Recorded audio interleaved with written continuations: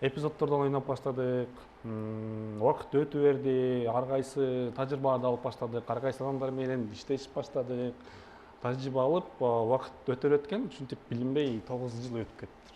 Эмнеге? Историянын баарын эле айтып туруп алалы эле, уккубуз келип атат. Даниэль, биздин тренд шоуга келгенде ар бир талант ээси мисалы ырчылар келсе ырдап берет. Анан сиз мисалы образыңыз дагы өзгөчө экен, бир актёрдук чеберчиликтен бир үзүндү аткара кетпейсизби? Макул, жакында эле Чочун киши деген сериалга тартылганбыз. Ошол менин тартылган эпизод чыгыптыр. Ал жакта мен адвокаттын ролун ойногом. Ошол сценаны аткарып бере алабыз, кааласаңыздар. Туруп эле Ошондо аткарып аңгара бериңиз, сотпу, Мен соттолоймбу? Аңгара сот менен эмне кылам? Ооба. Сиз типа эмесиз. Күбө. Күбө эмессиз. Сиз бирөөгө заявление жазгансыз. Мен анын адвокатымын. Сиз менен бирок диалог бар да. Түшүндүк. Мансуров, сиз өзүнө деп айттыңыз. Бирок Камал Эргечбаевич тагыраак айтканда менин кардарымдын атында эч кандай үй жок. Курулуш жүрүп жаткан жер ал таптакыр башка адам катандык. Өзүнө деп айттыңыз, ошондо жакында эле өз аялыңызга бир кыз менен кармаптырсыз. Ошол боюнча айтып атасызбы? Өз аялын көзүнө чөп салган адам Кыргыз Республикасынын жана ошондой эле адамдык жана моралдык эрежелерди сактап, туура күбө болоруна дагы шегим бар, урматтуу сот. Ушундай болчу. Эле. Жакшы. Сиз мен кармалып калганымды каяктан көрдүңүз эле? Деп эле баштадыңыз. Образга кирген. Кол чабуулар болсун анда. Азамат, вообще молодцы. Мен да мындай берилип кеттирмин. Дагы Мен болот эмне экен деп жооп берем деп ойлондум го, мындай образга кирип. Так ойлонуп алгансыз го, мен да күтүп алгам. Чында натуралдуу дечү эле. Органика менен сонун ойноп бердиңиз. Жакты, ишендим, мен ишендим. Сиз да өзүңүздү күнөөлүү сезип кеттиңиз окшойт. Бир учурда. Сиздей болуп, мисалы азыр бизди көрүп жаткан кичинекейлерге ошо кандай кеп кеңеш берет элеңиз? Максат боюнча мисалы 15 жашымда деп атасыз, биз калп айтпасам мен Даниэлди бир тааныш болгонубузга бир 7-8 жыл болуп калды, 7-8 жыл мурун тааныш элек. Ошондо ошо актер болом деп калды эле. Ошо уккам да. Ошону азыркы учурда ошо интернет баракчалардан жанагылар көрүп, ийгиликтерин көрүп аябай кубандык да. Анан мына буйруп мына биздин студияга келип калдыңыз. Ушул боюнча баягы көздөгөн максатка жеттиңиз. Ушун үчүн сиз дагы баягы жаш муундарга кандай басым жасап, кандай кеп кеңеш бересиз? Бул жерде эми ар бир адамдын ичинде кыялы бар, бирок жашоого келгенде жашоо башкача да. Мен ойлойм бул жерде бир гана ошо жаштарга болбосун, ата энесине болбосун, баланы угуш керек деп ойлойм, эмне кыялы бар. Ошол нерсеге жардам бериш керек, түрткү болуш керек. Анан албетте өзүмдү ойлоп кетсем, ошол именно башкалар деле ошондой болушу мүмкүн. Переходный возраст деп коет. Ошол жерден көп нерсе алмашат да, ужечи. Переход болот кийинки эмеге, ошол жерден ачык, айкын максатын коюш керек. Мен ким болом деген. Ким болом. Анан ошол болуш үчүн мен эмне кылышым керек деп, ошол нерсеге аракет кылыш керек, иштеш керек, мээнет керек. Жеңил, мен ойлойм, кесип жок деп. Ошол нерселер максаты болсо, ошол нерсеге аракет кылса, ар бир адам жетет деп ойлойм. Болгону иштеш керек. Анан өзгөчө бир сонун нерсе бар. Адам ошол нерсеге ишениш керек. Анан представление деп коет, ошол нерсени сезиш керек. Мен кандай кино көрбөйүн, ошол актёрдун ордунда өзүмдү көрүп, мен могу жерде монтпекмин деп, любой кино көрбөйүн, ошол өзүмдү элестетем да, актёрдучу. Любой исторический болобу, современный кино болбосун, ошол главный актёрду өзүм ойноп аткандай эле сезип, танып көрүп ойной берем да. Мен могу жерде монтпекмин деп. Ушундай болот. Жана визуализация деген. Ооба, ошол нерсе Ушул нерсе экен. Негизи ушул 7-8-9 жылдан бери ушул чөйрөдө экенсиз. Кетип калайын, баарын таштап деген ойлор болсо керек. Эмне үчүн андай болду? Болгон.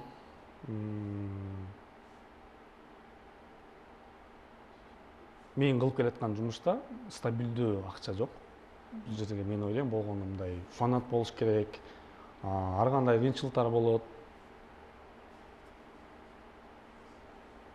Ачка каласың, керектүү сөмкалардан акча албай каласың. Канча убагында мурун көп сөмкаларга бекер тартылып жүргөнбүз. Акча албайсың, тамак жебей каласың, үйүңө жөө басасың. Анан албетте баарыбыздын ата-энебиз айтат, иштебейсиңби, акча таппайсыңбы, бир жакшы айлык бере турган жумушка орношпойсуңбу деген нерсе болот. Анан жок, мага убакыт бергиле, мен ал нерсени көрсөм, мен колуман келет деген нерсе болот, бирок сыртка айта албайсың, ичиңде ушундай чогулуп келет да. Анан ал нерсеге албетте иштейсиң, мээнет кыласың, анан ушундай мындай бир убага келгенде ошол нерсе орундалат экен да. Жакшы сөз болду. Эмечи? Акча деп калдык. Турцияга барганда куштар менен мушташкан үчүн акча алыныбы, берилет экенби? Көп эле берилсе керек э? Массовкага берилеби, бербейби башка кино жаатындагыларга? Ал жерде мамлекеттегилерге. массовка бар экен. Андан кийинкиси каскадёрлор, андан кийинкиси актерлор. Мен ал жерге каскадёр болуп бардык биз. Ал жерде бирок режиссер көрүп туруп эле формаңды алмаштыр деп мени актер катары ошол главный актердун жанына коюп койду. Актер болуп тартылдык. Төлөм жагы жакшы. Жакшы. Жакшы. Муну сураган себеби үйдөгүлөр баягы акча таппайсың деп кыйнап атты деп атпайсыңбы? Ошого ответ мындай жооп болуп тур да, Жакшы эле төлөп беришет экен. Азаматсыз. Анан мен дагы мурун аябай кызыкчумун ошо сиз айтып аткан учурда жаш кезекте биринчи ошо элдер артында эле жүрөт экен, анан жакындап экинчи планга чыккандан кийин биринчи планга чыгып кетиш оңой деп уккам. Ошол чын бекен? Анткени сценаристерлор көрүп калат, анан кийинки тасмаларда кастингден өтүш кичине жеңилирээк болот деп уктум да. Ошол мен түшүндүм сурооңузду. Стамбулда съемка учурунда режиссер бир момент мени мактап туруп, мага сөз бербеди. Мага мындай өзүмө суроо берген нерсе болду. Неге ошол жашка келип түрк тилин үйрөнгөн жокмун деген суроону бердим да. Мындай өтө деле өзүмө капа эмес болгон ушул нерсени суроону берип ойлонуп калдым да. Убакыт баарыбызга бирдей өтөт, бирок ушул убакытты кандай өткөзөбүз, ал өзүбүздөн экен да. Түрк тилин үйрөнүп койсом болмок экен деген нерсе болду. Сөз берди, мен ал сөздү окуй албай койдум. Окуй албай койдум, ошого тил керек болчу экен. Ойногон чеберчилигиме жакшы эме берди, отзыв берди, мага ал жакты. Анан могу сөз айтып көрчү деп бир жерден сөз берди, сөз айта албай койдум. Аттың дейсиң, ушундай деп. Эми муну менен токтоп калбаш керек экен анда. Түрк тилин эле эмес, кытай тили, англис тилин бардыгын. Мындай кайсы кесип болбосун, кайсы багыт болбосун, ар кимдин өзүнүн кыйгалы бар, бирок мындай ушундай нерсе болду. Мага мен Стамбулга барып бир ай жашап келдим. Бир айда вообще мурдакы Даниэль менен азыркы Даниэль экөө эки башкада. Себеп дегенде Кыргызстан деп анан дүйнөнү ушундай элестетип жашай беретпиз да биз жумушка барып келип, анан тиричилик, үй бүлө деген нерсе бар, айылга барабыз, достор ушундай нерсе. Бирок чет жакка чыккандан кийин Кыргызстан бизге чоң мамлекет, өзүбүздүн өлкөбүз болот, бирок башка чет жакка чыккандан кийин Кыргызстан кичинекей болуп калат экен, жер ушунчалык чоң экен. Демек, мүмкүнчүлүктөр ушунчалык көп турбайбы, адам кыла алат турбайбы, адамдын колунан келет турбайбы деген нерсе өзүңө вера көп пайда болуп баштайт экен да. Анда кылычты мындай бөбөктү бөпөлөгөндөй эле колуңузда, кучагыңыздан кой бербей жүрүп турсуз. Ошол кылычты дал азыр колдонобуз. Биз таттууларды сайып, ошол таякчага ким биринчи жеп бүтсө, ошону жеңүүчү деп атайбыз. Ал үчүн реквизиттерибиз да даяр. Келиңиздер, Самат мырза, сизди да чакырабыз оюнга. Оюндун шарты жөпчүнөкөй. Муну бул жакка чейин сайып бүтүрөбүз. Толтуруп туруш керек. Колдун жардамы менен кылсак болот, бирок основном оозго салабыз да. Убакыт берилеби же кандай? Башталды. Просто мунун аягынан чейин толтуруш керек да. 15тен, 15 ким 15тен чогултат? Аңгара эсептеп турат. 15, макуланда баштадык. Келиңиздер, мырзалар. Ким күчтүү, ким кыйын, ким чыныгы мырза, тренд шоу берүүсүндө байкайлы. Кеттик. Колдун жардамы менен колдонсоң болот. Бул деле бир татаал оюн окшойт. Бул оюнду Самат мырза ойлоп таба калган кече. Мен гана эмесмин. 1, 2, 3, 4, 5 болду. Жакта деле 4 эле болуптур. Самат мырза. 1, 2, 3, 4, 5, 6, 7, 8, 9, 10, 11, 12, 13, 14, 15. Самат мырза жеңилдиңиз. Самат мырза жеңилдиңиз. 15 болду. Так. 2, 3, 4, 5, Эсептеле. 6, 7, 8, 9, 10, 11 болуп турбу? Кечиресиздер. Бир учуп кетти, бир учуп кетти. 1, 2, 3, 4, 5, 6, 7, 8, 9, 10, 11 анда. Ушул боюнча эле калтыра берели. Достук жеңнен да. Ооба. Биздин мырзалар кыйын, биздин мырзалардын колунан баары келет. Ошондуктан дагы бир жолу актёрдук чеберчилигиңизди көрсөтүп коюңуз. Каалоо тилек жаңы жыл боюнча болсун, бирок ар кандай эмоциялар менен. Биринчи эмоция сиз жыргап, күлүп, жайнап куттукташыңыз керек. Кирип келген жаңы жыл боюнча. Бул камераны карап бересиз. Ооба да. Урматтуу кыргызстандыктар, ыйлап. Бизде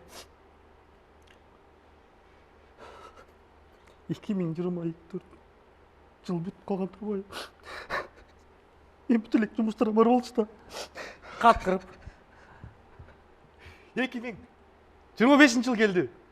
Демек менде максаттарым, пландарым баары ордоноп турбайбы? Жиниңиз келип. Так, короче, достор, 2025 жыл келди.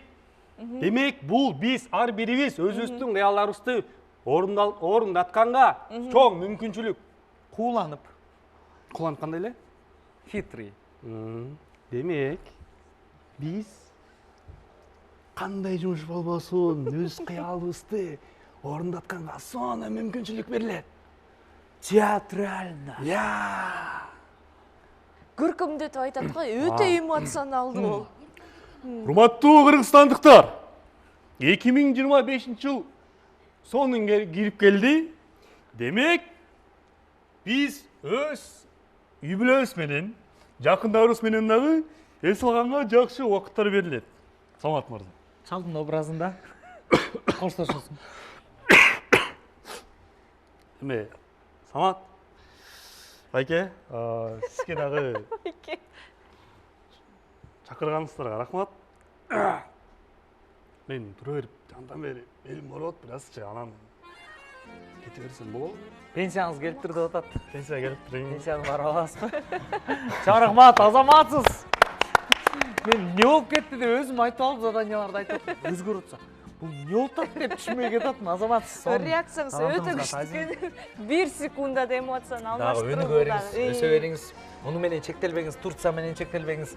Голливуд жылдыздарына барып, англис тилин үйрөнүп, ошол жактан да барып, баягы биз чакырган тренд шоуга келген Даниэль эми Голливудта, Болливудта деген күндөр насип этсин, Акыркы жаштарга сөзүм, тил үйрөнүңүздөр. Бул бизге жаңы дүйнө, жаңы мүмкүнчүлүктөрдү ачып берет экен. Рахмат. Бүгүн кандай гана коноктор болду, Самат мырза экөөбүздүн оозубуз ачылып эле отурдук го. Сонун жылдын башталышы деп ойлойм. Кошулсаңыз керек. Сөзсүз түрдө кошулабыз. Албетте, муну менен чектелбейли. Дагы мыкты таланттар өсө берсин, өнүгө берсин. Ийгиликтерди каалайбыз. Ал эми мыкты чыккан таланттар биздин тренд шоунун студиясында биргеликке күтөбүз. Күтөбүз, ошондуктан көрүшкөнчө.